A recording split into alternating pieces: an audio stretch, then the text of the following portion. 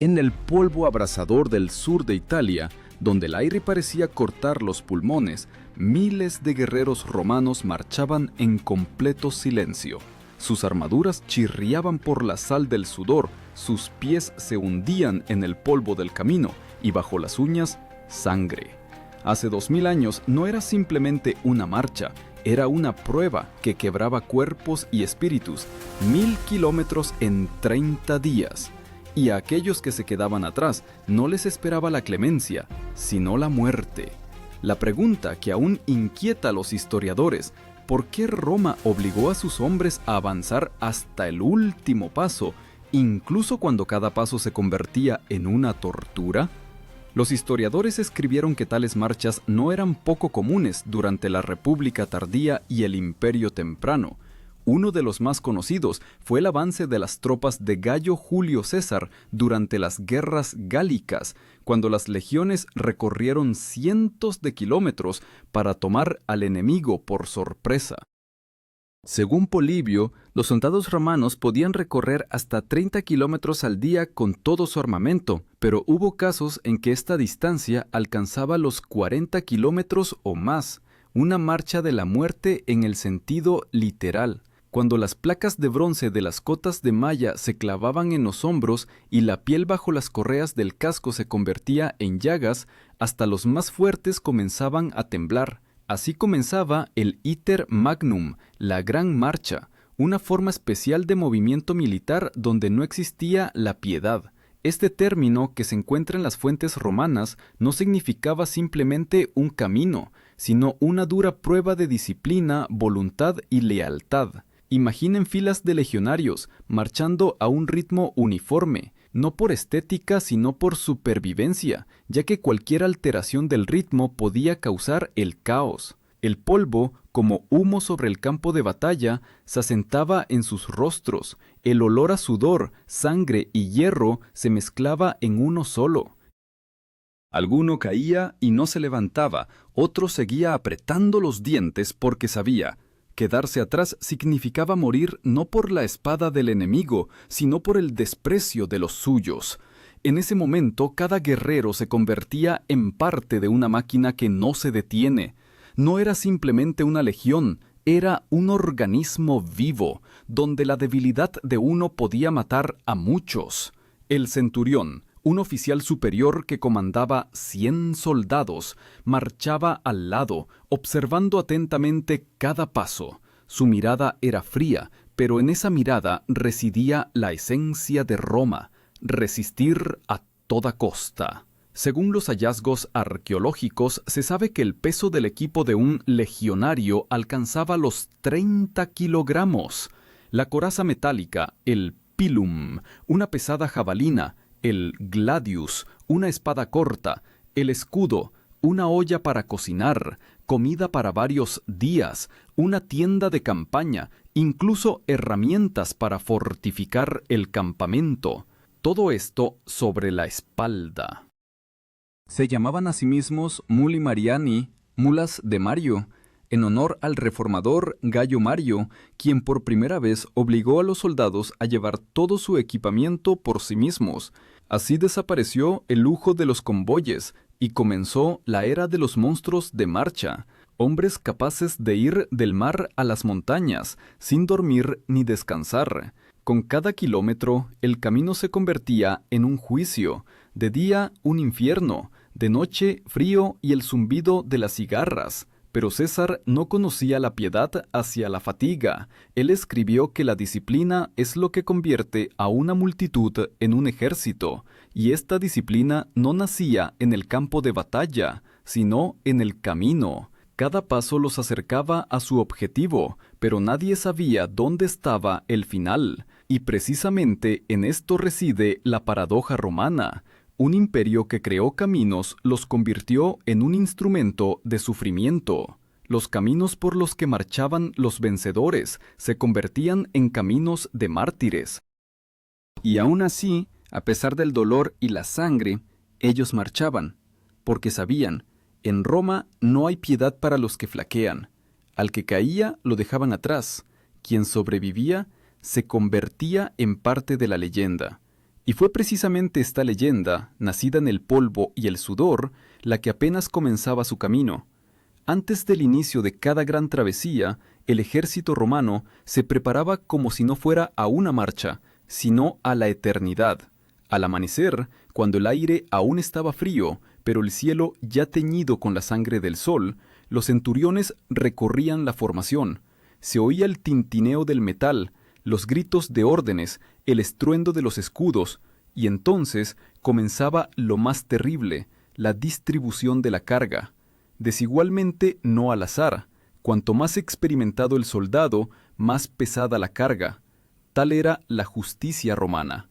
El legionario llevaba a la espalda no solo armas, sino también su propia sombra, todo lo que podía salvar o matar.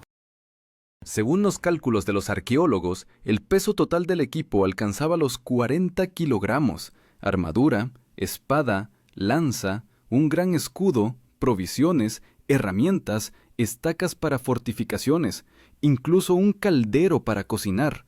Todo esto colgaba de un travesaño de madera, echado sobre el hombro. Los soldados llamaban a este instrumento furca, horca, símbolo de la resistencia romana. La propia formación de la legión antes de la marcha recordaba un ritual, cada uno sabía su lugar. Delante marchaban los exploradores, especuladores, guerreros esbeltos y resistentes, capaces de detectar las huellas del enemigo donde otros solo veían polvo. Detrás de ellos los ingenieros, luego los legionarios, y tras ellos el convoy con las reservas de grano y aceite. Cerraban la columna los oficiales y los jinetes, asegurándose de que nadie se quedara atrás.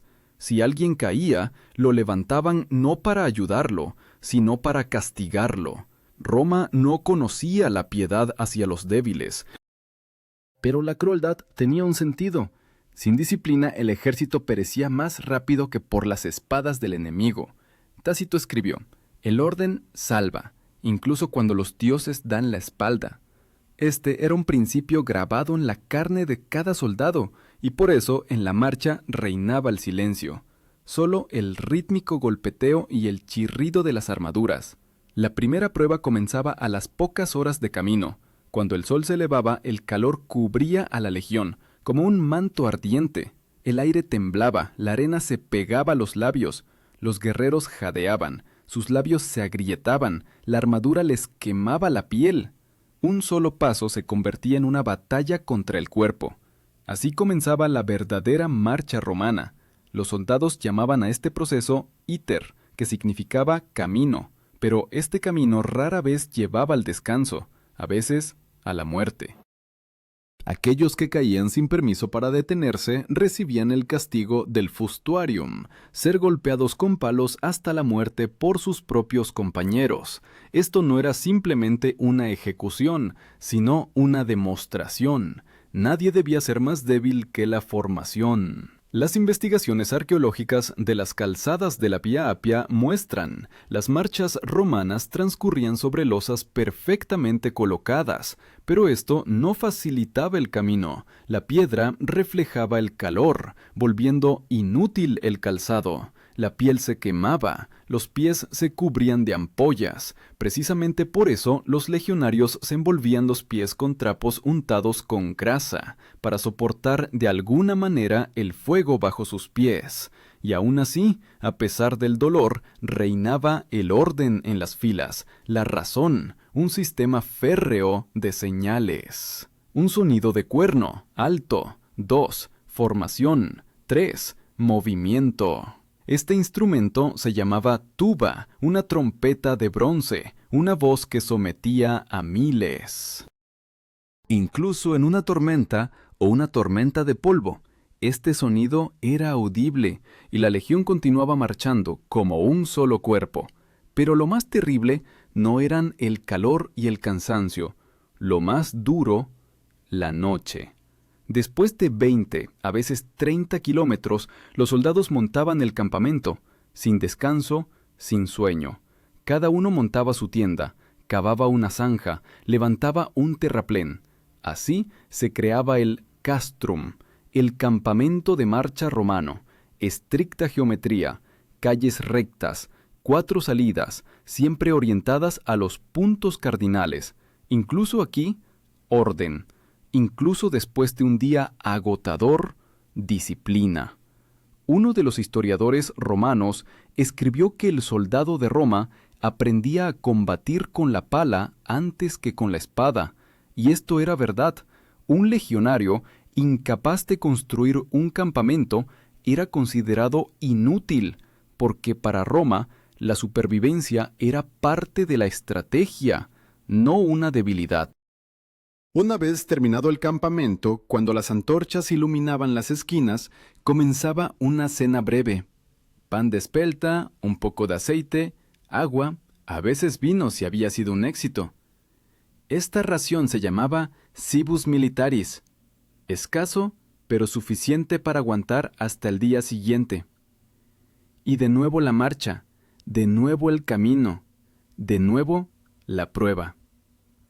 Así transcurría la preparación para el gran camino, y en esta preparación ya se ocultaba la tragedia, pues nadie sabía quién llegaría al final. El cuerpo sobrevivía, mientras obedecía a la razón, y la razón a la orden. Cuando la legión romana se ponía en marcha, no iba simplemente en busca de gloria, iba a probar dónde se hallaba el límite entre el hombre y la máquina, entre la voluntad y la muerte. Y cuando el amanecer teñía el cielo, la columna volvía a la vida, la señal de la trompeta, los pasos, el aliento de miles de pechos.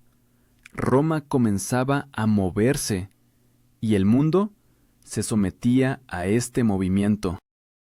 El inicio de la marcha siempre se sentía como una sentencia. Cuando sonaba la tuba de bronce, la tierra parecía detenerse. Los legionarios levantaban los travesaños con sus pertenencias, ajustaban las correas, enderezaban la espalda y marchaban. Ni una palabra, ni una queja, solo el ritmo sordo de los pasos y el tintineo del metal. Cada uno sabía, si te retrasabas, caerías bajo las ruedas de la historia. El movimiento comenzaba al amanecer. Los comandantes formaban a los soldados en estricto orden. Delante iba la vanguardia, los mejores combatientes, luego el centro, donde se portaban los estandartes, y cerraba la columna el pesado convoy de carga. Toda la masa de la legión podía extenderse por varios kilómetros. Polibio escribió que la columna del ejército romano, si se desplegaba en formación de marcha, se extendía como una serpiente viva, una brillante escama de escudos y lanzas. Este espectáculo infundía terror incluso a los aliados. El primer día siempre era el más cruel. El cuerpo aún no se había acostumbrado al ritmo, los pies ardían, los hombros dolían intensamente. Los soldados sabían, si no soportabas los primeros 100 kilómetros, no soportarías nada. Por eso, los primeros días los llamaban dies ferrum, días de hierro. Era entonces cuando se manifestaba la esencia de la legión, no la fuerza, sino la paciencia. Los romanos tenían un término para la formación en la que marchaban en columna, manteniendo estrictamente el ritmo, acmen. Esta palabra significaba más que un simple movimiento, era un símbolo de coordinación, cuando cientos de cuerpos se movían como un mecanismo único. Ninguna conversación, solo los sonidos de los pasos y la respiración. En tales marchas nacía la fuerza que más tarde los enemigos llamarían invencible. Pero este camino era un tormento. Al mediodía, el aire sobre las piedras temblaba, como sobre una fragua. Las cotas de malla se volvían calientes como brasas. Las correas se clavaban en la piel. La espalda ardía. Algunos legionarios intentaban protegerse, cortaban forros de lana, se frotaban el cuerpo con grasa. Pero nada ayudaba. Incluso cuando los labios se agrietaban por la sed, no se podía beber sin una orden. Agua, solo a la señal. Así se ponía a prueba la lealtad. El centurión marchaba al lado, vigilando la formación. Su voz podía resonar de repente, una orden corta, que llegaba como un latigazo. A veces levantaba su vara, la vitis, símbolo de autoridad, y golpeaba la espalda de aquel que se desviaba del paso, no por crueldad, sino por necesidad, porque si uno se desviaba, significaba que otro podría caer al lado, y entonces toda la formación perdía el ritmo. Roma odiaba el caos.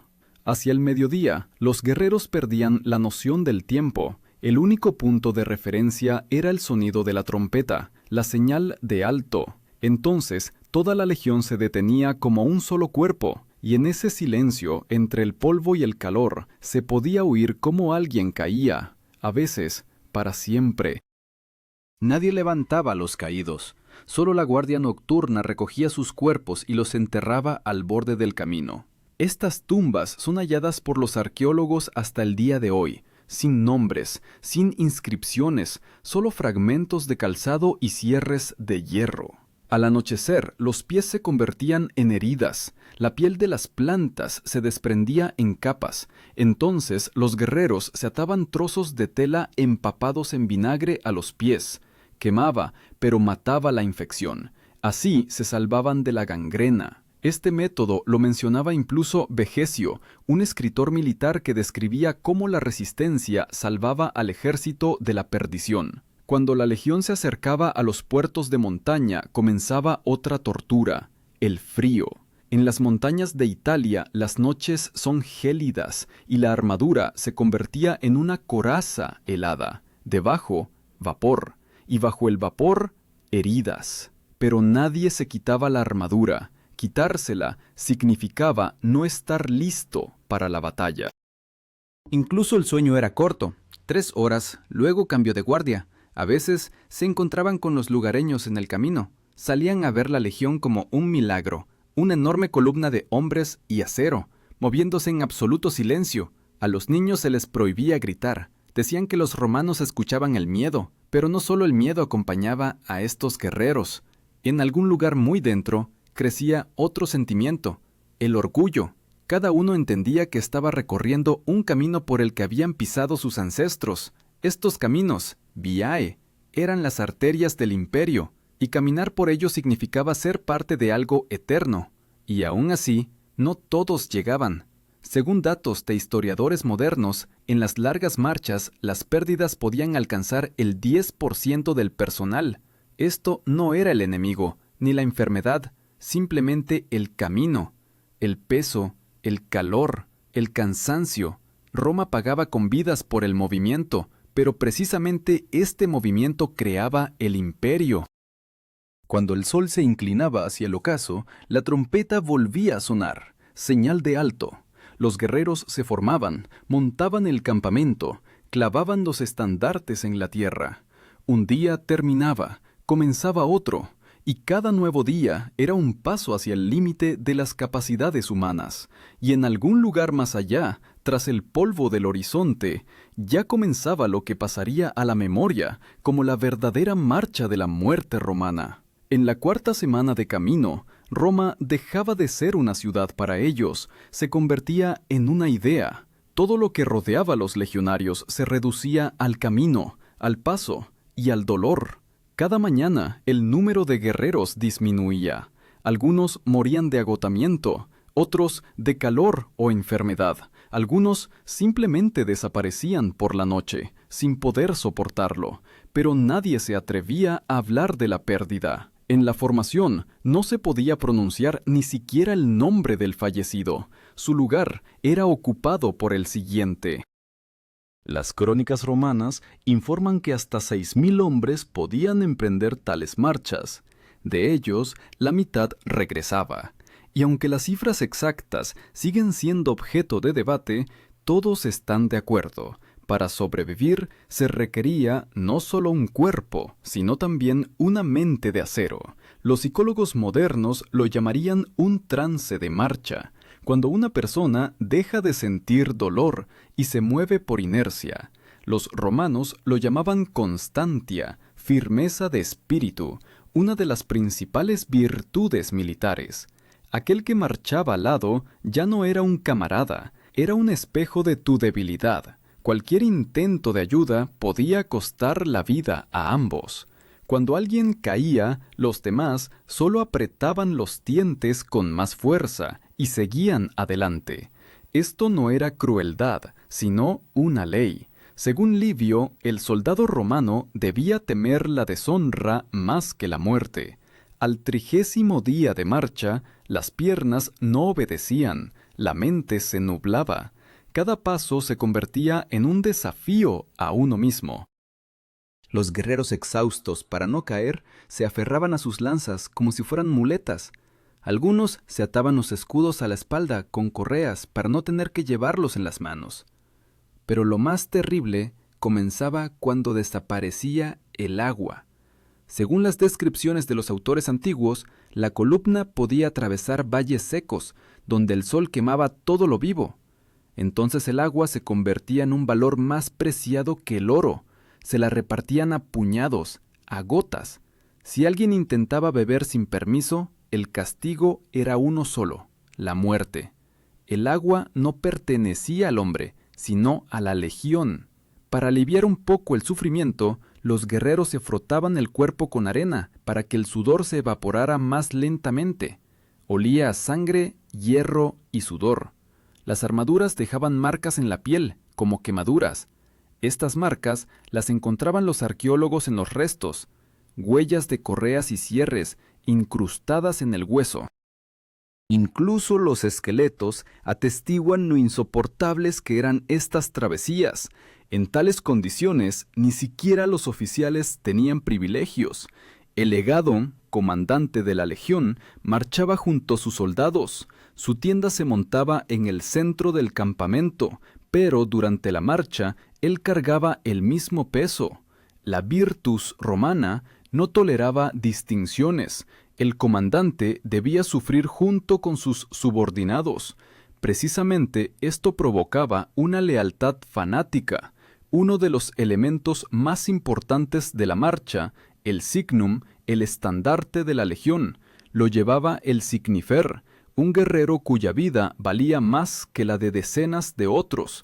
Perder el estandarte significaba perder el honor, e incluso si moría de agotamiento, el estandarte seguía siendo llevado por otros, para que no cayera en el polvo.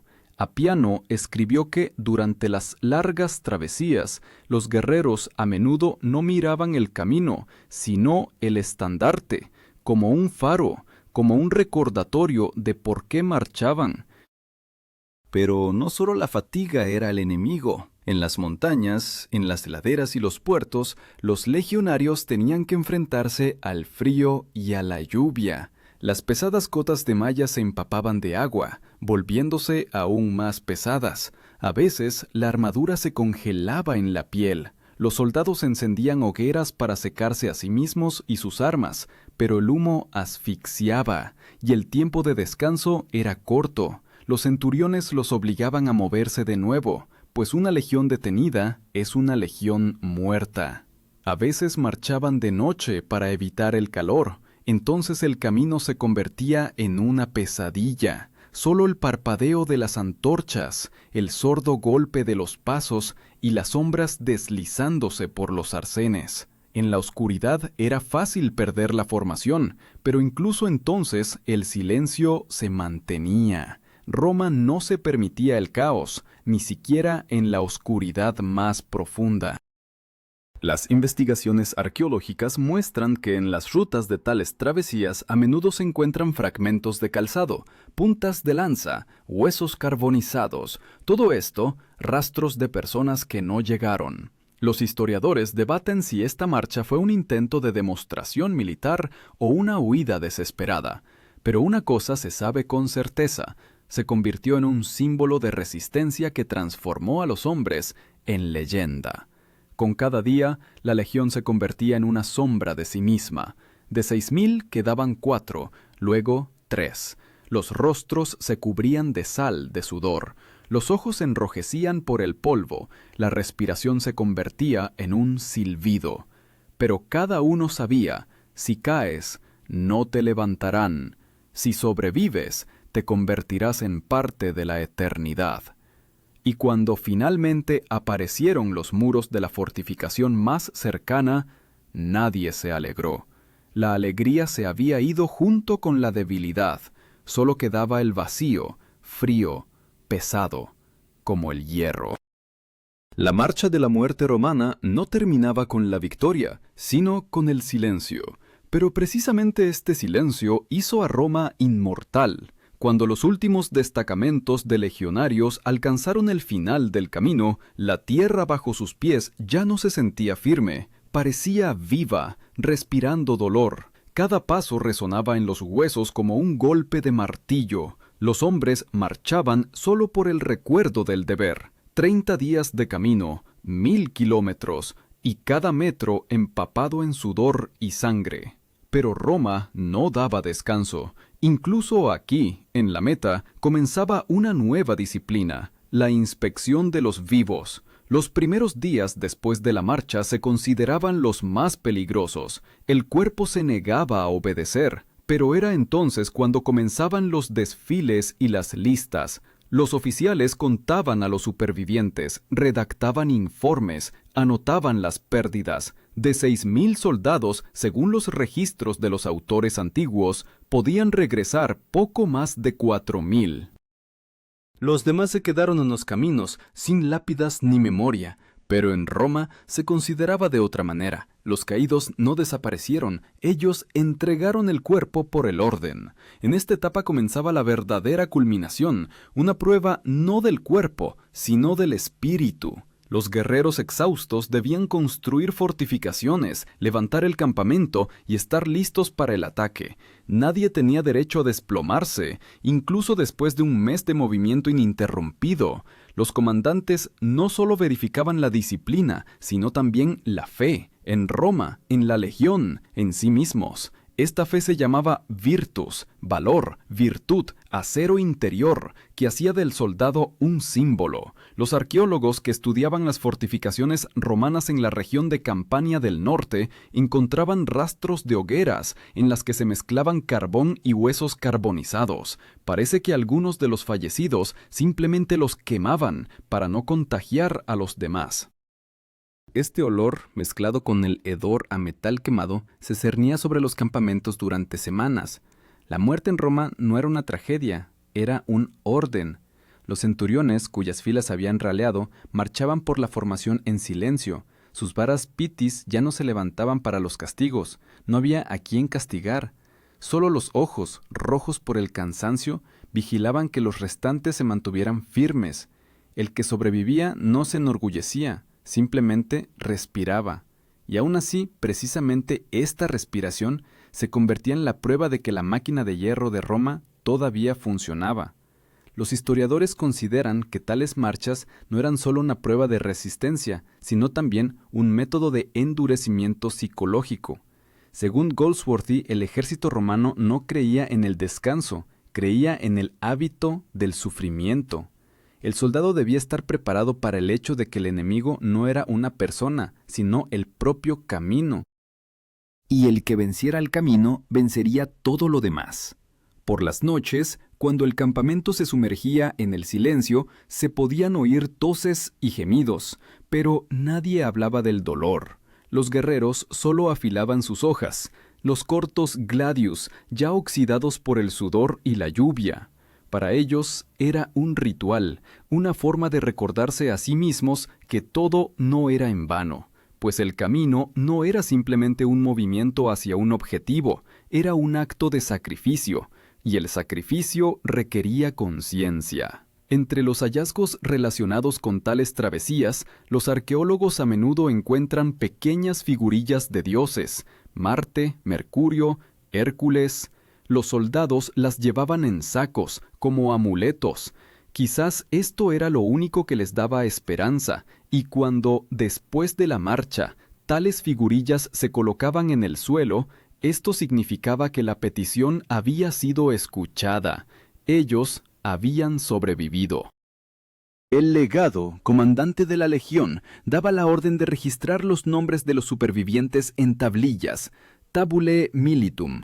Estos registros se guardaban en el cuartel general y cada uno que llegaba al final recibía una anotación, equiparada a una condecoración militar, pero no con dinero, no con tierras, sino con gloria.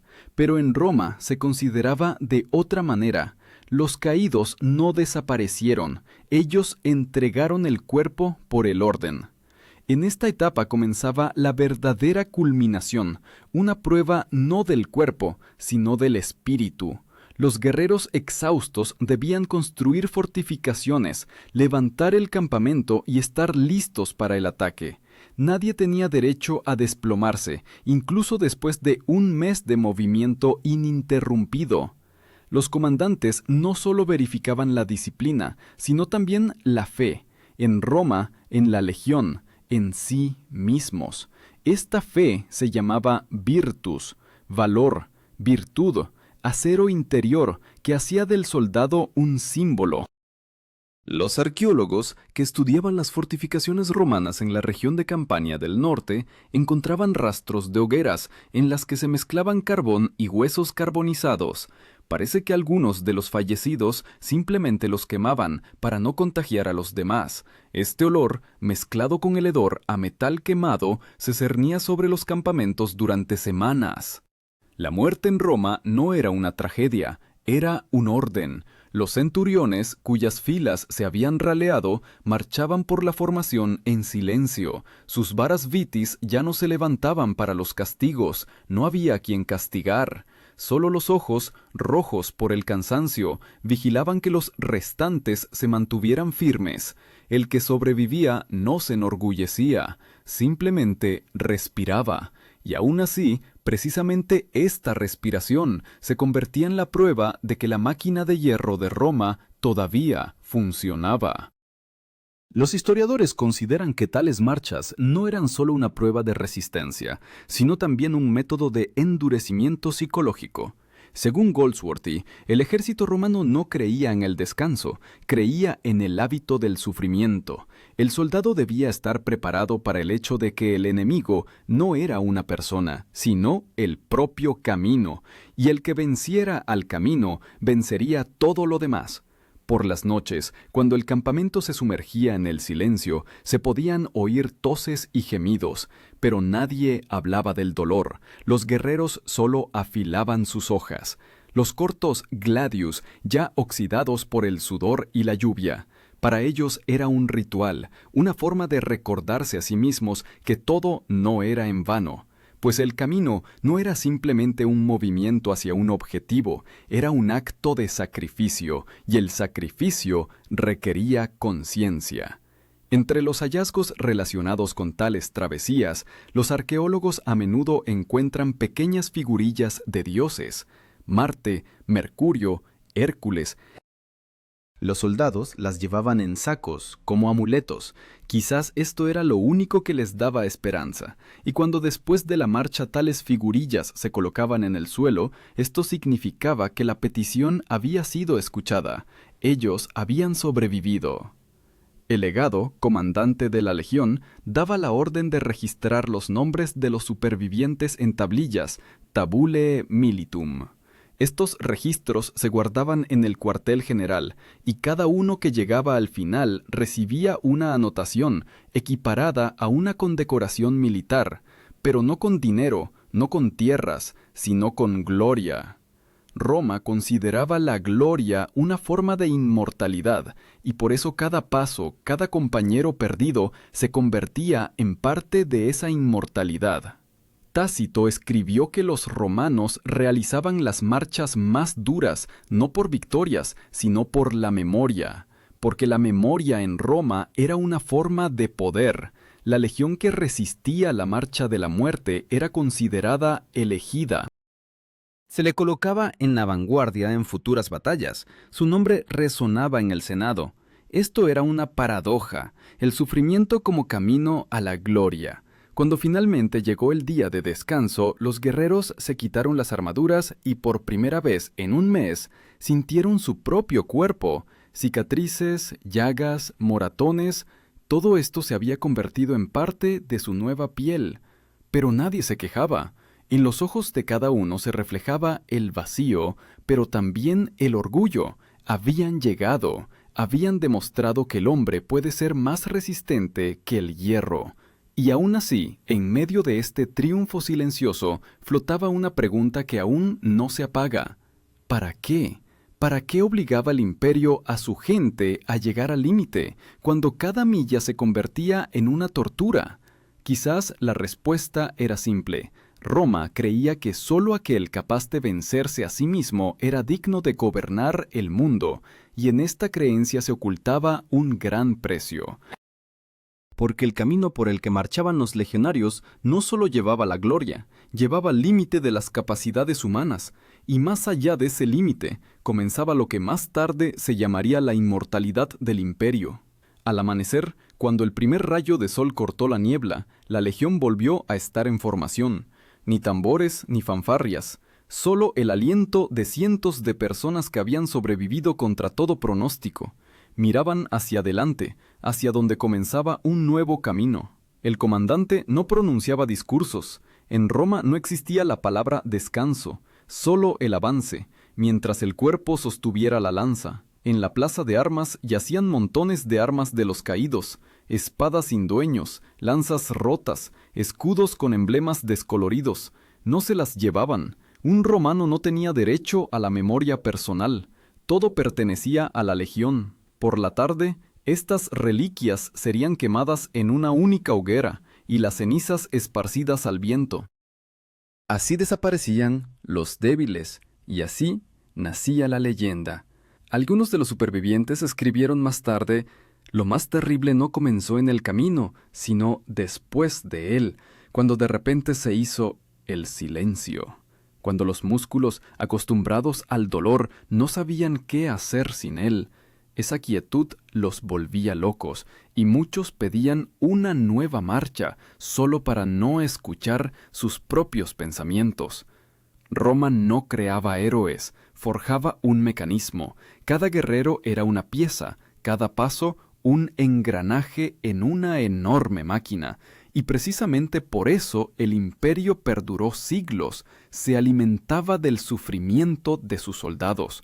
Y si el camino era su infierno, entonces Roma era su paraíso, frío, despiadado, eterno. Cuando el sol finalmente salió, la legión avanzó de nuevo. El polvo se levantó cubriendo la tierra, y parecía que no marchaba un ejército, sino la historia misma.